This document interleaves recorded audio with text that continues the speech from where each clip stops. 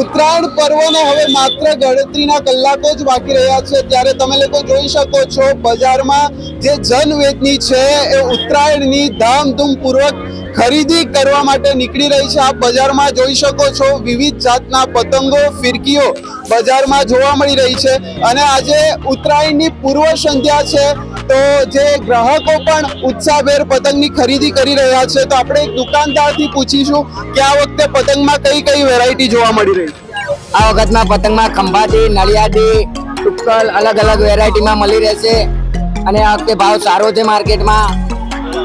ભાવ ગયા વર્ષ કરતા આ વખતે કેવો છે, વધારે કેવો છે? ગયા વર્ષ કરતા વધારે છે ભાવ આ વખતે। અને લોકો કયા પતંગ વધારે ખરીદવાનું પસંદ કરે છે? લોકો સાદા પતંગ ખંભાતી પતંગ ટુક્કલ રોકેટ એ બધા હાલ કોમ્પિટિશનના પતંગો વધારે ચાલે છે હાલ। અને શું કહેવાય, સરકારની ગાઈડલાઈન છે કે ચાઇનીઝ દોરી હોય કે ચાઇનીઝ ટુક્કલ વેચવાના નહીં, તો તમે શું કહેશો? ચાઇનીઝ ટુક્કલ કે ચાઇનીઝ દોરીનો ઉપયોગ હું તો કહું કોઈને કરવો જોઈએ નહીં, કેમ કે ચાઇના જે આપણે જોઈ શકીએ છીએ અત્યારે ઘણા કપાય છે, પક્ષીઓને નુકસાન થાય છે, તો ચાઇનીઝનો ઉપયોગ કરવો જોઈએ નહીં। મહેરબાની કરીને કોઈ ચાઇનીઝ વાપરતા હોય વેચતા હોય તો એનો ઉપયોગ કરવો નહીં।